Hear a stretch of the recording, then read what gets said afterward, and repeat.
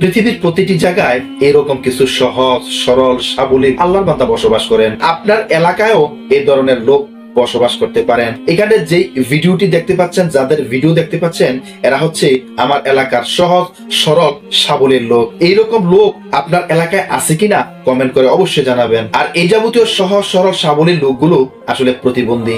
এরা হয় বুদ্ধি প্রতিবন্ধী, না হয় বাক প্রতিবন্ধী, অথবা না হয় অঙ্গহানির প্রতিবন্ধী। অর্থাৎ এদের কোনো না কোনো বিকলাঙ্গ থাকে, অর্থাৎ কোনো অঙ্গ থাকে না। বিশেষ করে যারা বুদ্ধি প্রতিবন্ধী অথবা বাক প্রতিবন্ধী, আপনি কি জানেন আল্লাহ তাআলা এদেরকে অত্যন্ত ভালোবাসেন এবং আপনার চাইতে আমার চাইতেও বেশি ভালোবাসেন।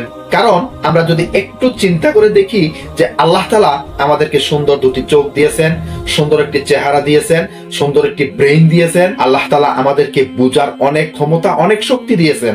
আমরা যে মেধা দিয়ে, যে ব্রেইন দিয়ে অনেক কিছু বুঝি, শিখি এবং অনেক কিছুই আমরা অনুধাবন করতে পারি। আমরা আমাদের মুখ দিয়ে কথা বলি এবং আমরা আমাদের বুদ্ধি দিয়ে আমাদের নিজেদের জীবন যাপন করতে পারি। কিন্তু এই সমস্ত লোকদেরকে আল্লাহ তাআলা আসলে ওই বুদ্ধিটা, ওই বাকটা অর্থাৎ কথা বলার শক্তিটা দেন নাই। অথচ তাকেও আল্লাহ তাআলা সৃষ্টি করেছেন, আমাকে আপনাকেও আল্লাহ তাআলাই সৃষ্টি করেছেন। আর এই জন্য এই সমস্ত লোকদেরকে আল্লাহ তাআলা সবচেয়ে বেশি ভালোবাসেন। আপনি কি জানেন এই সমস্ত লোকদের আল্লাহ তাআলা হাসরের মাঠে কোনো বিচার করবেন না, তারা বিনা হিসাবেই আল্লাহ তাআলার কাছে একটা না একটা ফায়সালা পেয়ে যাবেন ইনশাআল্লাহ। সুতরাং যার যে এলাকায়, যে জায়গায় এই সমস্ত লোকগুলো বসবাস করে, যেখানে আছে, আপনারা এই ধরনের লোকদেরকে যত্ন নিন, তাদেরকে ভালোবাসুন, তাদেরকে অবহেলা না করে কাছে টেনে নিন। আমরা এইরকমও দেখতে পাই এই সমস্ত বুদ্ধি প্রতিবন্ধী, বাক প্রতিবন্ধী লোকদেরকে নিয়ে মানুষ হাসি ঠাট্টা করে, তামাশা করে, মজা নেয়।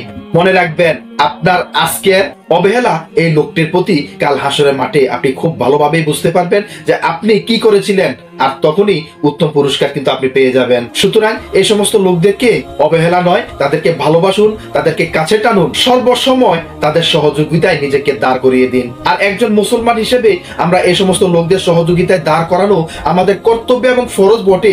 কেননা আল্লাহ তাআলা আমার চাইতে, আপনার চাইতেও এই সমস্ত লোকদেরকে বেশি ভালোবাসেন।